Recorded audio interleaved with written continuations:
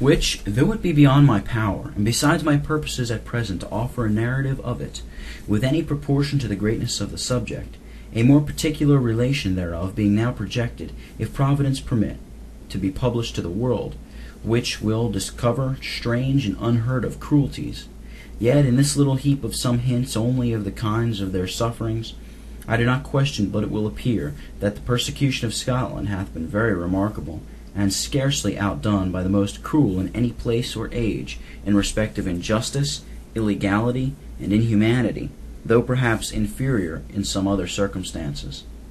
But that none could be more unjust, illegal, or inhuman, I need not further, I cannot better demonstrate, than only to declare the matter of fact, as it fell out in the several steps of the last period. First,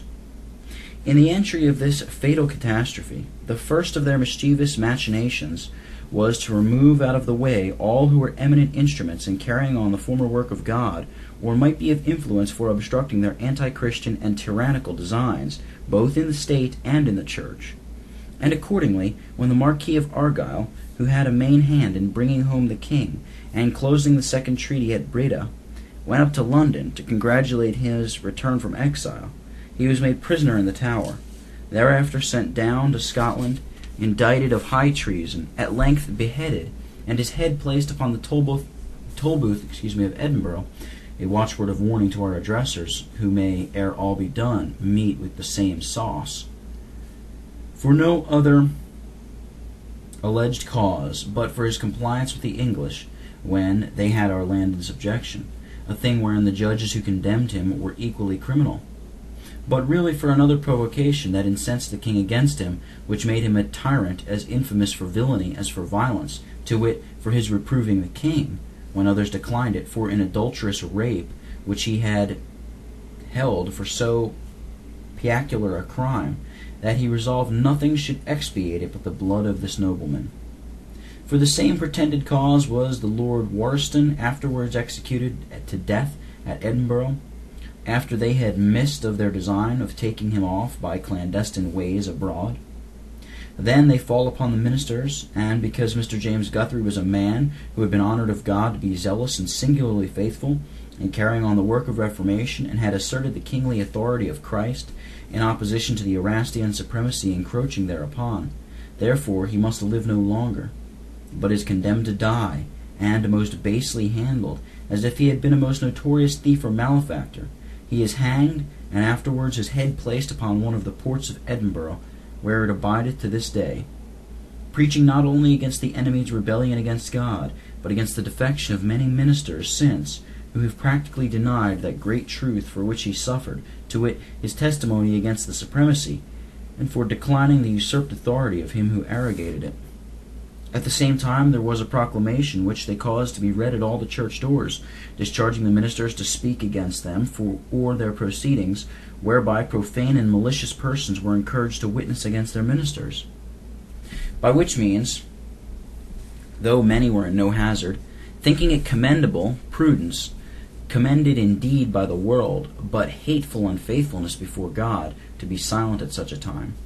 some faithful ministers giving faithful and free warning, and protesting against the present defection, were condemned of treason and banished out of the 3 dominions.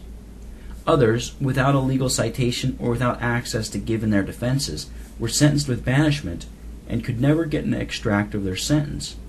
and further were compelled to subscribe a bond under pain of death to remove out of all the dominions betwixt and such a day. This was the lot and also the blot of these famous and faithful ministers, Mr. John Livingston, Mr. Robert Mackward, Mr. John Brown, etc., who spent the rest of their days in Holland, serving their generation by their excellent writings. Then, after they had disposed of many other ministers, whom they thrust out, for not keeping the 29th of May, having now laid by the most eminent, and whom they feared most of the ministry, they shortly thereafter outed and violented the rest from the exercise of their ministry, and straitened them with strange and severe confinements, yea, because they would not be outdone in suppressing religion by any, no, not by Julian the Apostate. They proceeded to poison all the springs and fountains of learning, ordaining that none be masters in universities, except they take the oath of supremacy and own the government of prelacy, and none be admitted to teach in a school without the prelate's license. These courses brought many ministers and expectants to great sufferings. Number 2. Hitherto they reached only noblemen, gentlemen, and ministers, and others whom they thought might stand in their way of advancing their cursed designs. The next drift is, when they had emptied the churches of ministers, and filled them with the vermin of ignorant and scandalous curates, to force the people to conformity, and to disown and discountenance their own ministers, first by severe edicts of exorbitant fining, not only the persons themselves contravening, but those that had the superiority over them, and rigorous exaction of these fines, to the depopulation of a poor country by military force, whereby, where there was but one church in the bounds, still enjoying a minister whom the people could hear, the profane soldiers would beset that church in time of worship, and cause all within to pay their fines, or take the garments from them that could not, and beat them to the effusion of their blood. And where the church was planted with a curate, the soldiers would come and call the names of the parishioners, and americate the absence, and such fines as they pleased. In other places they went to private houses, and by force drove them to church, even though sick and unable. But where the dissenters were numerous, great bands of legal robbers were sent to exact and extort these exorbitant fines, by plundering, quartering, beating, wounding, binding men like beasts, chasing away from houses, and harassing whole countrysides in a hideous manner. And yet after all these insolencies, some of the common sort were compelled to subscribe an acknowledgment that the captain had used them civilly and discreetly, though the account of others of that place manifests the violence to have been so monstrous that it justified the great barbarity, showing their exactions to have been intolerable, both for the quantity, without all proportion or pity, and for the manner of it, consuming and wasting poor people's provision by their very dogs, and sparing no more these who conformed than others who did not conform at all, and punishing husbands for their wives, yea, doubling and tripling the same exactions after payment. Next, though at first they did not imprison any for simple absenting themselves from the curates, yet they began to fill prisons with such as at any time showed more than ordinary zeal against the curate's intrusion, and testified their dissatisfaction to his face, for which some were imprisoned, scourged, stigmatized, and thereafter carried to Barbados. Others, because they would not give the prelates their title of lords when convened before them, were also scourged, and one minister, seized for preaching and offending the prelates by the same, was carried to the thieves' hole, laid in irons in company with the madmen, and then banished to Shetland, the coldest and wildest of all the Scots islands. Third, but when fining would not do, and still the people were more averse from the curates, by getting sometimes occasions of hearing their own ministers in private, hence were houses forced and searched, many hauled to prisons, and several necessitated to escape at windows, with the hazard of their lives, spies sent unto and set in suspected places, to seize and fall upon such as they found at such meetings, or but suspected to have been there. Whence it came to pass that many, both men and women, young and old, have been dragged to prisons and were close kept as malefactors, besides several other outrageous and illegal acts of violence and oppression committed against them, contrary to all law, equity, and conscience. Fourth, after Pentland defeat, they ruled by rage more than either law or reason. There 40 prisoners who were taken upon quarter, the solemn parole to have their life spared, yet treacherously and bloodily were all hanged, except 5 that were reprieved, who had much of the Lord's preference at their deaths, and assurance of his love, strengthening them to seal a noble testimony. One of them, a much honored young minister, only having a sword about him, though not present at the fight, did most patiently endure the cruel torture of the boots, a cruel engine of iron whereby with wedges the leg is tortured until the marrow comes out of the bone, and afterwards death, with great courage and constancy. Upon the scaffold at their execution, they then began that barbarity never practiced in Scotland before, but frequently and almost always at the execution since, to beat drums, that they might not be heard. After this conflict many were forfaulted of their estates and intercommuned, with inhibition to to reset, conceal, or correspond with any that had escaped, under the pain of being accounted guilty of the same rebellion, as they called it. Soldiers are permitted to take free quarter in the country, and licensed to all the abuses that either rapine or cruelty may suggest, to examine men by tortures, threatening to kill or roast alive all that would not delate all they knew were accessory to that rising, to strip them who did so much as reset the fugitives, and thrust them into prisons in cold hunger and nakedness, and crowd them so with numbers that they could scarce stand together, having the miseries of their own excrements superadded. Yea, to murder without process such as would not, nay, could not, discover those persecuted people. But not only time, but heart and tongue would fail to relate all the violences and insolencies, the stabbings,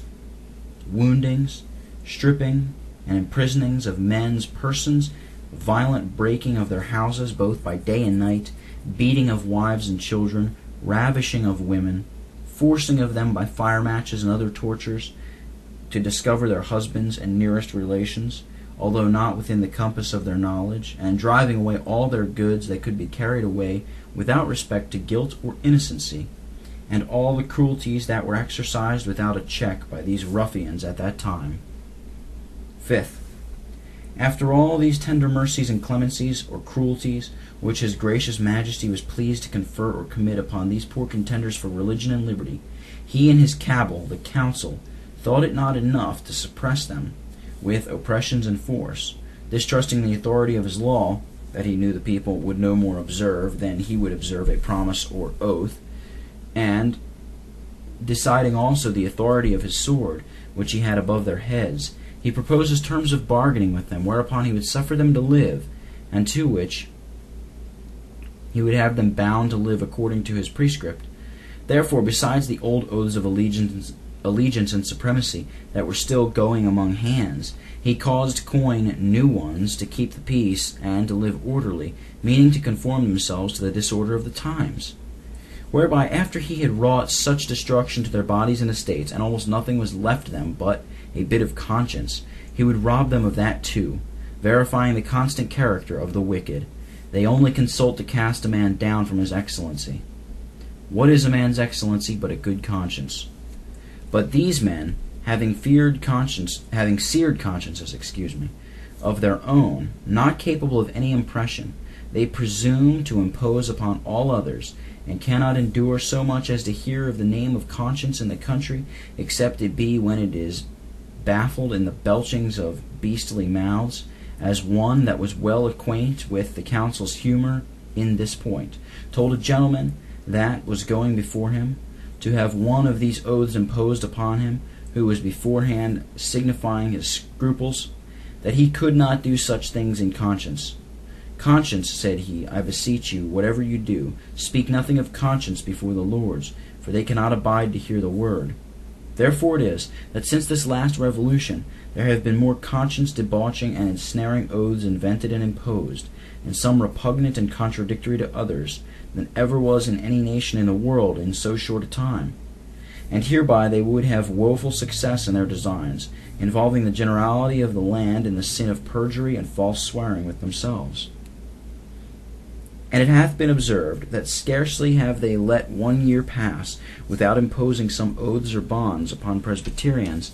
such always as are unlawful to take, yea, and impossible to keep, sometimes more obviously gross, sometimes more seemingly smooth, sometimes tendered more generally through the kingdom, sometimes imposed upon particular shires, and these carried on by craft and cunning, sometimes by force and cruelty. Doubtless it is not the least part of their design, hereby, to make oaths and bonds become a trivial and common thing, and by making all men of as capricious consciences as themselves.